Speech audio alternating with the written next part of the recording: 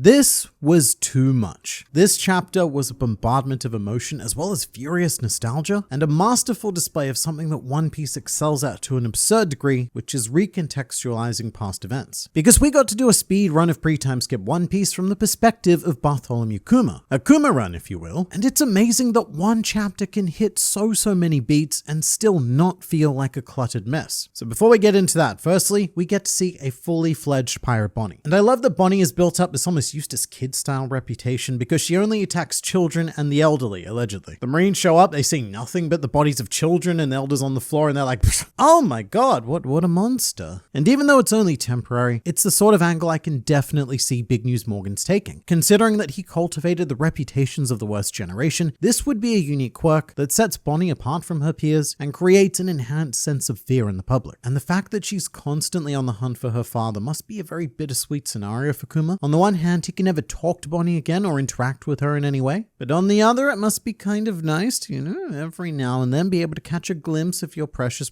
daughter. Because that's probably much more than Kuma thought he was going to get after he said goodbye. And something else I've just realized is that often the tragedy of a parent leaving this world far too early is that they don't get to see their kids grow up. But Kuma has been given a glimpse of Bonnie's entire lifespan. He's seen the woman she'll grow up to be, as well as the prune that she'll wither into after a very long and happy life. At least that's the plan. I wouldn't say the past 2 years have been amazingly happy for Bonnie, but it's not all tragedy for her either. I mean, all we've really seen is the tragic side of Bonnie's story, but every time Kuma seems to see her, Bonnie's having fun, doing adventuring things with her crew. And this might be asking a bit too much of an already incredibly stuffed chapter, but I would have loved to see Bonnie's journey into the Grand Line, like finally getting to see another entrance into Reverse Mountain and seeing her crew land at the Twin Cape Lighthouse and maybe even meet Laboon. Because when it comes to the worst generation, or I guess the supernovas, when they were first introduced, the thing that made me unbelievably excited was knowing that they'd all taken a completely different path through the Grand Line. Whatever adventures we saw with Luffy, each and every other supernova captain had done their equivalent. So there were like 7 other main characters that we could have entire manga series about. So I would have liked to explore Bonnie's journey a bit more, but I could also say the same about a lot of One Piece characters, and that would bloat the series into running for another 25 years. But we also find out why Bonnie has her piercing, and the answer is simple yet heartwarming. She was afraid that Kuma wouldn't recognize her in her adult form, especially with nothing under her eyes. So she replaced her jewels with another jewel, and potentially even named herself Jewelry Bonnie for the same reason, to draw attention to the jewel and make sure that Dad recognized her. It's very difficult to choose favorite panels in this chapter, but seeing Luffy get his first bounty is definitely a top contender. It's a redraw of this moment from chapter 96, and one of the reasons why I love it so much is because pay attention to both Nami and Sanji in this panel. Nami has her hand in her face lamenting the news, and Sanji is sitting on the floor jealous that he doesn't have a bounty. And it's very subtle, but in this redrawn panel, you can see Nami just behind the narrator box doing the same pose. And in the bottom left-hand corner, you can even see the top of Sanji's head. And this is the kind of detail I love. It's a sort of thing that almost makes One Piece feel like history being uncovered rather than a story being made up. Because for the most part, it is just so tight and consistent. But something else I love with these essentially redrawn panels is that it gives us a direct comparison of how Oda's art style has evolved over time. Because there were literally over 1,000 chapters between this panel and the last time we saw this scene. And I find that sort of stuff really fascinating. For example, early on, Oda would often default to this very cute and simplistic, almost chibi sort of art style that you see in the original scene, but you almost never see him employ the style these days. And I like that because it gives the earlier chapters a feel of innocence and carefreeness that we just don't have these days. Because now Luffy is a big shot 3 billion berry emperor of the sea, and every move we make has serious consequences. So the next panel that caught my eye was an appearance from a most unexpected character, because we see Smoker in this chapter, who is implied to be looking at Luffy's bounty poster, and my guess is that this has to be happening after Lockdown. Because during that arc, when Smoker was alerted to all the commotion being caused on the execution platform, Smoker said that he had never heard of Luffy before. So I think the moment we see is right after Luffy has escaped. Smoker's gone, that's a problem. So he looks up his poster and he burns the image of Luffy into his smoky mind as he prepares to pursue him into the Grand Line, because Smoker knows that Luffy is a threat because Luffy did the Roger thing. He knows that this man is going to be something if he, Smoker, does not stop him. And that's a running theme of this chapter, by the way. People discovering at various stages that Luffy has the potential to be someone very important. I also want to say welcome back to Smoker, because it probably doesn't feel like it, but it's been over 8 years since we've seen him in the manga. His last appearance was in chapter 793, right at the end of Dressrosa. And it's weird because we've seen Tashigi as recently as this arc. She went with Sword to invade Hachinosu, so I wonder what that there smoky boy is up to at the moment. Seeing Ace and Jinbei reacting to Luffy's first bounty was pretty amazing, because this would be Jinbei's first introduction to Luffy. This is the first time he's seeing the man that he would one day pledge himself to and stand against two emperors of the sea out of the sheer belief that he will become the Pirate King. And here he's just going,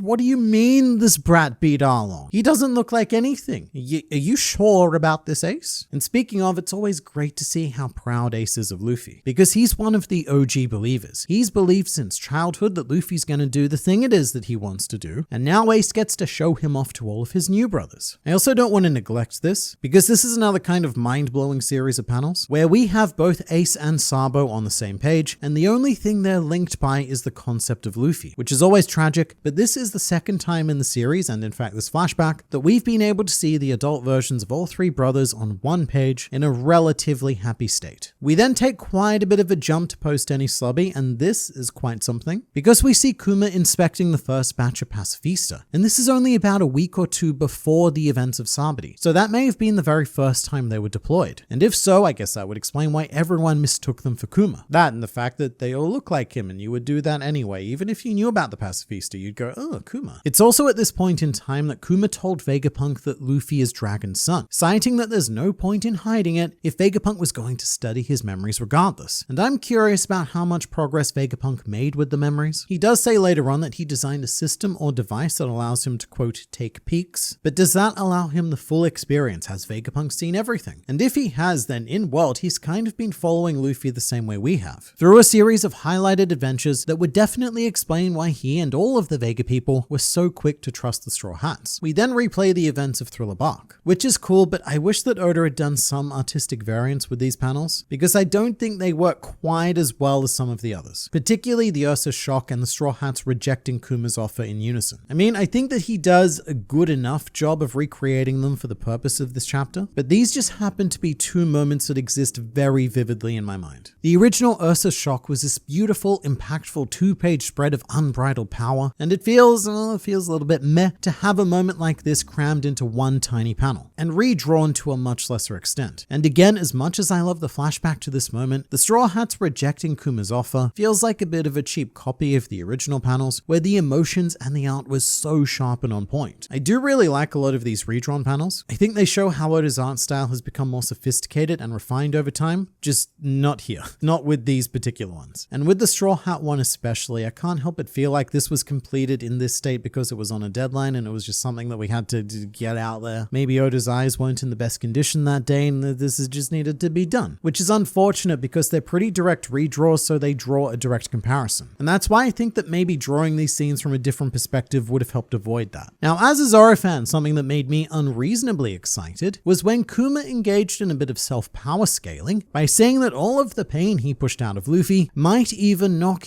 Bartholomew Kuma out. That's the pain that Zoro took and remained standing. So Zoro has the durability of a Buccaneer confirmed. No, not that. Zoro has even more durability than a Buccaneer confirmed. And not only that, but this is pre-time skip Zoro. And look, I can see it now. This panel is going to be a plague on online power scaling for years and years to come. But then we move on to Sabadi, and I will never not love seeing this moment again. The punch is just so satisfying. The Charlos punch is one of the crowning moments of the entire series as a whole in my opinion, but this time around it did recontextualize something quite important for me, because Kuma notices that not only did Luffy punch a world noble, but he did it to protect a fishman. I don't know if I've ever really taken the time to consider that before, because at this point in the series I didn't really see Hachan as a fishman, he was just our friend Hachan. And going back on the chapter, there is some racially charged dialogue like, "This is what you get for trying to protect a fish, you fools." But yeah, Luffy assaulted the person in the highest position of the social hierarchy to protect the person in the lowest position. And it looks like this is the moment where Kuma is convinced that Luffy is Nika and decides to put all of his faith in him. Before we move on though, something I loved about this sequence is that it reminded me of something I always forget about. It's an event that gets hidden behind the incredibly massive shadow cast by Luffy punching St. Charlos, but Charlos's father, St. Rosward, is later assaulted as well. Usopp butt slams him into the ground after being dropped from the sky by Robin. And having having been reminded of that, I'm shocked that Usopp's bounty didn't skyrocket. Although I guess Usopp was unknown back then, the wanted one was Sogeking. But from the perspective of the world government, Usopp did every bit as much damage to a world noble as Luffy did. So Kizaru really should have been summoned with 2 targets, Luffy and Usopp. However, the moment I've eagerly been awaiting does arrive, and we get to see the separation of the Straw Hats from Kuma's perspective. And we also get to see the same set of reactions from Sentomaru, Kizaru, and Silver's Rayleigh. The most enlightening of which is Sentomaru, because we only ever saw the back of his head originally. So we finally get to see his face, and that says it all. And what the face is saying is, Kuma, mate, what are you doing? This was my first mission as a pacifista wrangler, and you've ruined it. I can't believe you've done this. Having gone back on it though, Sentomaru's character seems to have done quite a flip over time, because when this scene originally played out, I'm not so sure that Oda had a plan in mind for Sentomaru, at least not one this detailed where he would become so close to Kuma and Bonnie. Because when Kuma stops the pacifista originally, Sentomaru says, "Why are you erasing your own people, bear man?" Which is absolutely not how you address an honored friend that invited you to have a lovely pizza party that one time. But Kuma's inner monologue here is everything. When this happened on Sabaody, the most terrifying thing wasn't watching the crew vanish one by one. It was that they were disappearing one by one, and there was no reason for it. Kuma remained horrifically silent. So I love what we got to see here. Sort of like his one-sided conversations with Bonnie, Kuma is trying to comfort Luffy by saying that he's just not ready yet. He's showing Luffy what he needs to be in order to enter the new world. And at the end of it all, he flat out says, "You will someday save the world." I mean, I say says, I guess he thinks it. But whatever form it takes, that's a pretty bold proclamation. And while seeing Luffy break down in tears here is one of the most raw and emotional moments in the series that we get to see again, it's a mere appetizer for how this chapter was going to end. Because we're finally here. This is the end of Bartholomew Kuma. And before we hit the harsh bottom of this well, there's a conversation between Vegapunk and Saint Saturn, which flags something that is almost certainly going to become extremely plot relevant on Egghead Island, which is that Vegapunk was ordered to install a self-destruct mechanism within Kuma. And now that we know that, it's very hard to see this ending any other way. Kuma arrives on Egghead, he saves Bonnie and or Luffy one last time. That's the thing he does, that's the thing he's been doing for both of them. Saturn goes, mate. So he initiates self-destruct. Maybe Kuma gets his memories back due to a mechanism that Vegapunk may or may not have inserted into him, but if he does, he gets them back at the last second. He says, "Hi, Bonnie,"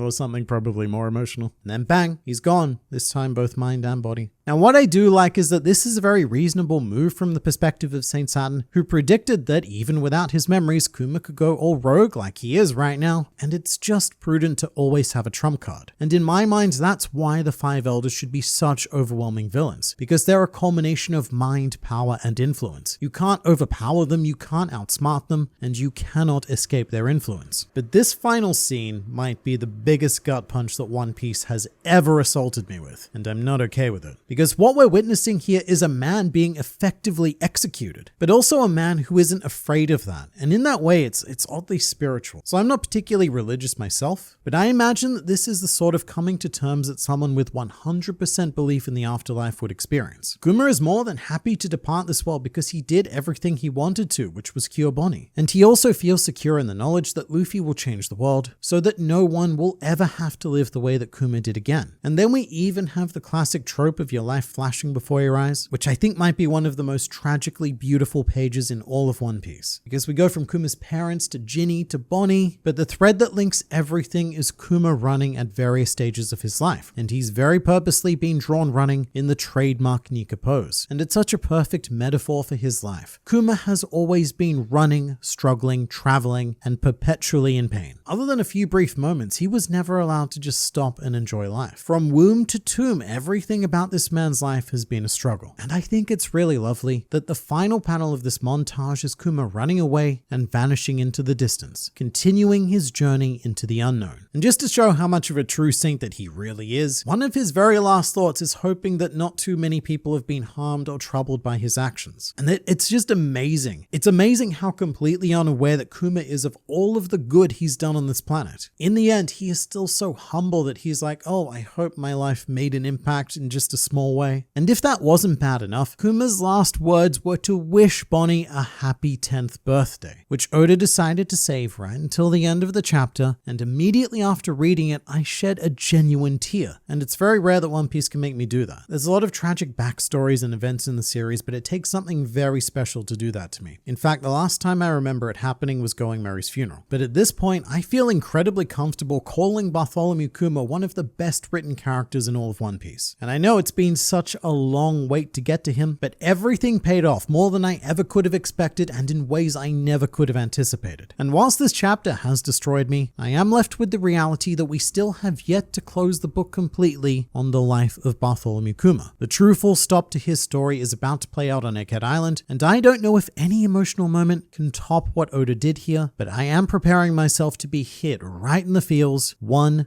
last time.